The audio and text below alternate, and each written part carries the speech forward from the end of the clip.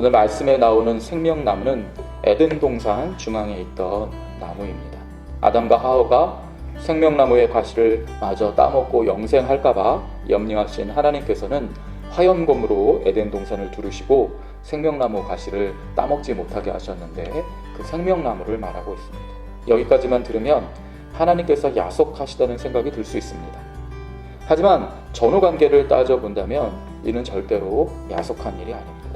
그때 아담과 하와는 선악을 알게 하는 나무의 과실을 따먹었기 때문이죠. 하나님께서는 이들 부부에게 분명히 말씀하셨습니다. 동산에 있는 모든 나무의 과실은 허락하되 선악을 알게 하는 나무의 과실만은 먹지 말라. 분명히 하나님께서 금하신 것입니다. 먹는 날에는 정녕 죽으리라고 말씀하셨습니다.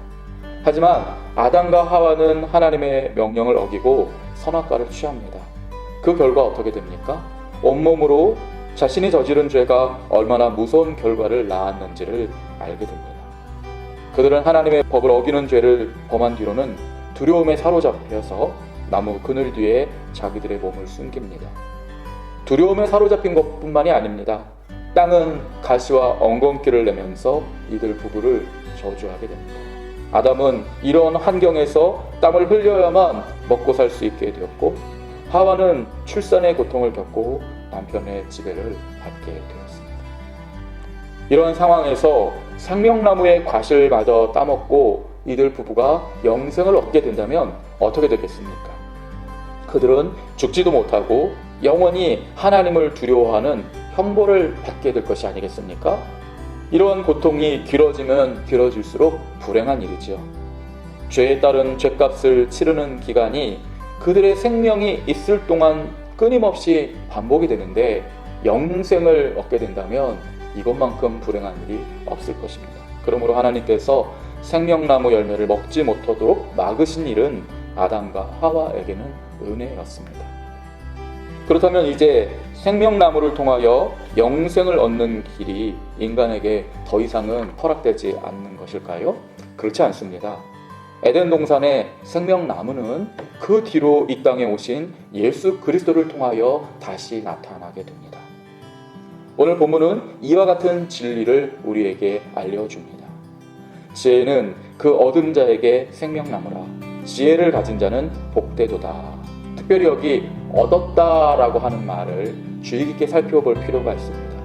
히브리어 원어로는 하자크라는 단어를 쓰고 있는데요.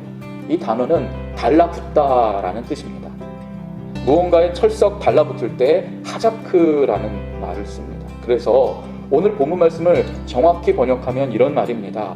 지혜에 달라붙은 사람은 생명나무에 달라붙은 사람과 같으며 지혜를 가진 사람은 복되다. 이 말씀을 가만히 생각해 보십시오. 창세기에 나오는 그 생명나무와 오늘 본문에 나오는 생명나무는 같은 나무이지만 또 한편으로는 다른 어떠한 나무를 의미하고 있는 것입니다. 창세기에 나오는 생명나무는 그 생명나무의 과실을 따먹을 때 생명을 얻을 수가 있습니다. 그래서 하나님께서는 죄값을 치러야 할 인간이 생명나무 과실을 먹고 영원히 고통받는 일을 막으신 것입니다. 그런데요, 잠언에 나온 생명나무는 이 나무에 철썩 달라붙어 있어야 한다. 그런 의미로 말씀하고 있습니다. 그렇다면 이 생명나무가 가리키는 것이 무엇인지 우리가 짐작할 수 있습니다. 예수 그리스도를 말하는 것입니다. 생명나무가 되시는 예수 그리스도에게 철썩 달라붙는 것이 영생을 얻는 것임을 지금 이 본문이 이야기하고 있는 것입니다. 나는 포도나무요 너희는 가지라. 그가 내 안에 내가 그 안에 거하면 사람이 열매를 많이 맺나니 나를 떠나서는 너희가 아무것도 할 수 없음이라. 포도나무는 예수 그리스도입니다. 그리고 예수님께 찰싹 붙어있는 가지는 바로 예수 믿는 저와 여러분을 가리킵니다. 예수님께 철썩 달라붙어 있으면 우리는 어느 순간부터 지혜로운 삶을 살아가게 되는 것입니다. 어느 순간부터 우리가 열매를 맺는 삶을 살게 되는 것입니다. 내가 하려고 해서 열매를 맺는 것이 아닙니다. 내가 한 것은 예수님을 꼭 붙든 것밖에는 없습니다. 그런데 예수님 손 꼭 붙드는 일이 모든 것이었습니다. 오직 예수를 붙드는 그 하나만으로 이 모든 일이 실현됩니다.